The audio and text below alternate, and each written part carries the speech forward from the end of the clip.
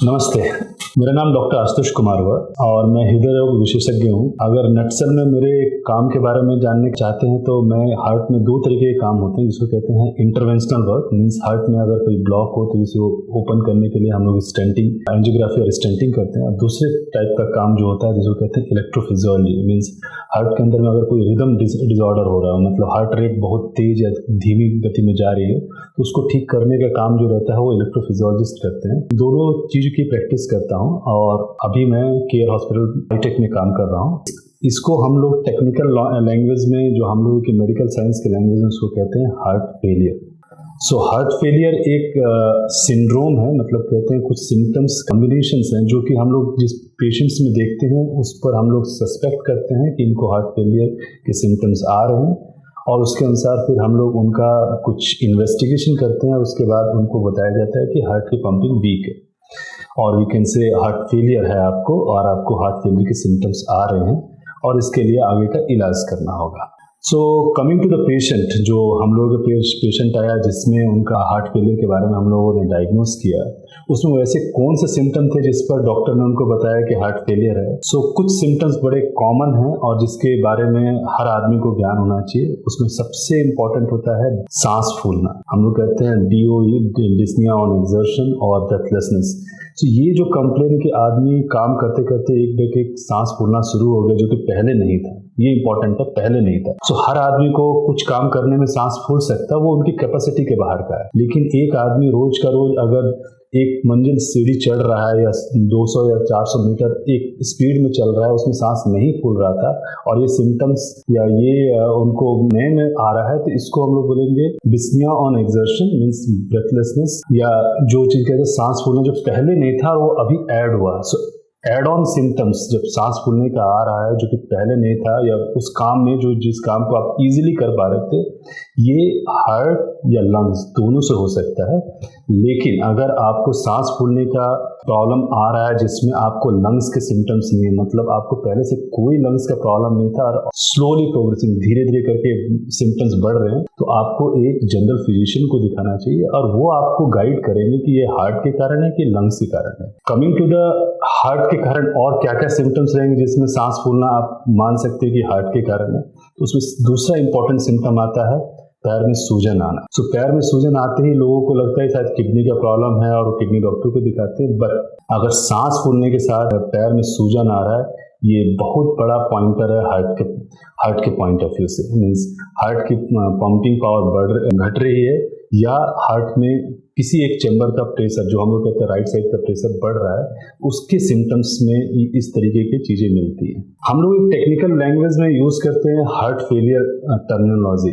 ये एक ऐसा विषय है जिसको लेकर बहुत सारे पेशेंट डिप्रेस्ड हो जाते हैं। वो सोचते हैं कि अब हमारा हार्ट तो फेल हो चुका है और हमारे पास कोई रास्ता नहीं, या तो डिवाइस या ट्रांसप्लांट, जिसकी बातें स्टार्ट हो जाती है कभी कभी डिस्कशन में। सो एक बात मैं क्लियर करना चाहता हूँ कि जब भी हम लोग हार्ट फेलियर बोलते हैं, ये हम लोगों के टर्मिनोलॉजी का इशू है। आई कैन से इशू इसलिए बोलेंगे कि ये जो वर्ड हम लोग यूज करें फेलियर का मतलब फेल नहीं हो गया, failure for the higher capacity. Heart के पास कैपेसिटी होती है कि वो टाइम के अनुसार स्केल अप करके आपकी सारी कैपेसिटी को करवा पाए। तेजी में दौड़ना चाहते हैं तो भी कर सकता है, धीरे गति में तो हर आदमी कर पाता है। तो जो क्षमता नॉर्मली आपकी कैपेसिटी से बाहर की रहती है वो आपके हाथ से निकल जाती है। तो कहने का ये मतलब हुआ, पेशेंट को अगर सिम्टम्स आ रहे हैं और हार्ट की पंपिंग वीक हो रही है, तो उसमें सारे सिम्टम्स हार्ट फेलियर के कारण नहीं होते, बहुत सारी चीजें आदमी के सीवियर साइकोलॉजिकल इफेक्ट के कारण भी रहता है। सो उस पार्ट को आप दिमाग से निकालिए।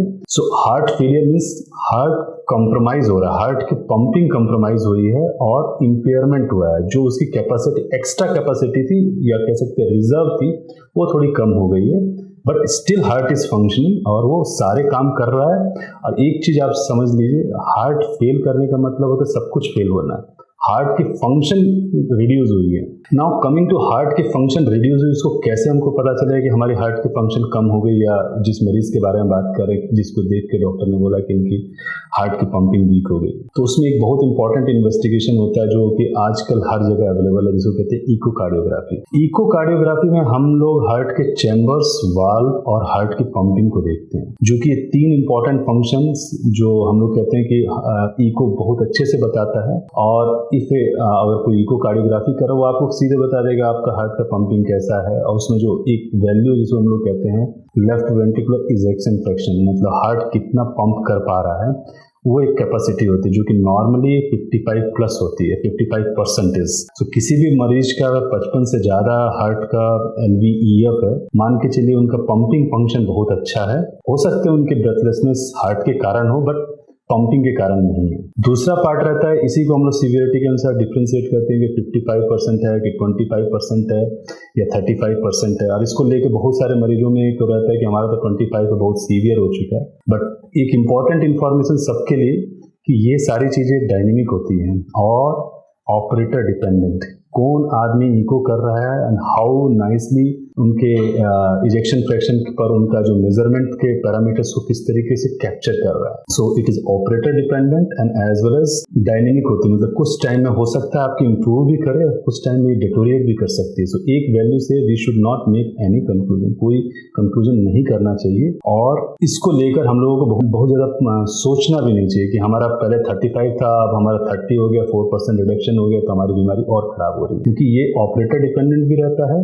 जब तक आपके सिम्टम्स प्रोग्रेस नहीं कर रहे हैं तब तक मान के चलिए कि हार्ट की पंपिंग मेंटेन हो रही है, या मेंटेन हो रही भी है तो कंपनसेटरी मैकेनिज्म आपके लिए अच्छे काम कर रहे हैं। हार्ट के अंदर कोई भी चीज़ होती है तो देयर इज ऑलवेज, कहीं भी प्रॉब्लम आता है तो कुछ लोग आते हैं उसको सपोर्ट करते हैं, जिसको कहते हैं टास्क फोर्स। उसी तरीके से हार्ट के अंदर में भी जब पंपिंग वीक होती है तो कंपनसेटरी मैकेनिज्म वर्क करना शुरू करते हैं और वो हार्ट की पंपिंग को मेंटेन करते हैं, जिससे कि आदमी काम कर सके और सर्कुलेशन मेंटेन हो सके। सो ये कंपनसेटरी मैकेनिज्म को हम लोगों को कभी भी कॉम्प्रोमाइज नहीं करना है अपने नेगेटिव थॉट से। So that we should always remember, और we should believe on our heart that हम लोगों का हार्ट जो है हमारे लिए काम कर रहा है। यस, पंपिंग वीक हुई है, रिजर्व कम हुआ है, but still it is doing a good job. That is one part. अगर पंपिंग वीक हो गया तो हमारे पास ट्रीटमेंट क्या रहते हैं? पहला and foremost a positive thought.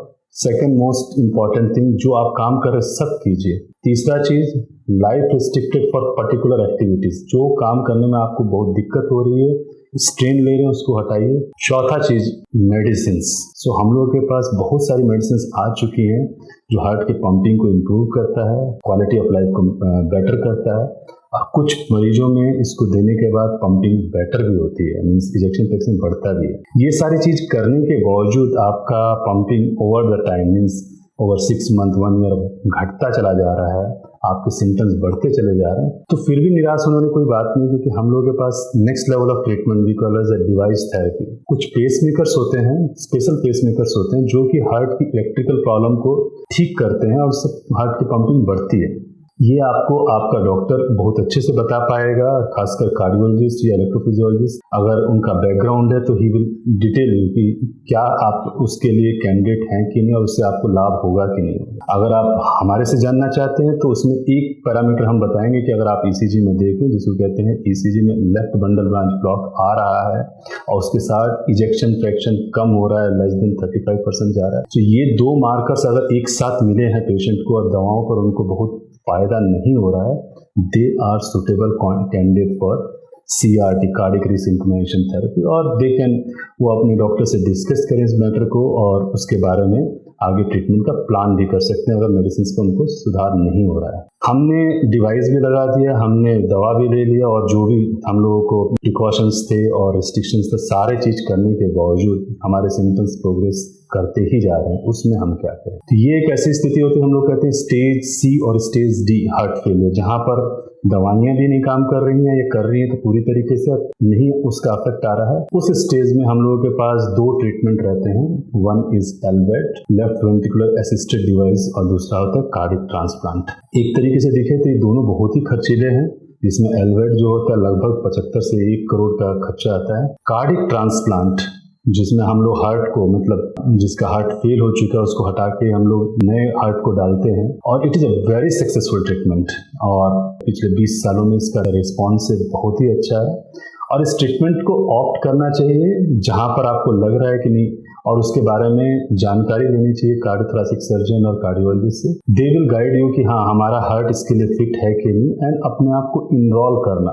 आप जब तक इस चीज़ को जानेंगे नहीं कि आपका हार्ट बदलने के बाद आपकी लाइफ चेंज हो सकती है, आप इसके बारे में ना जागरूक रहेंगे ना। और हम लोग कभी भी किसी चीज़ को डिनायल मोड में नहीं रहना कि मैं एकदम ठीक हूँ, मेरे सारे चीज़ ठीक चल रहे हैं।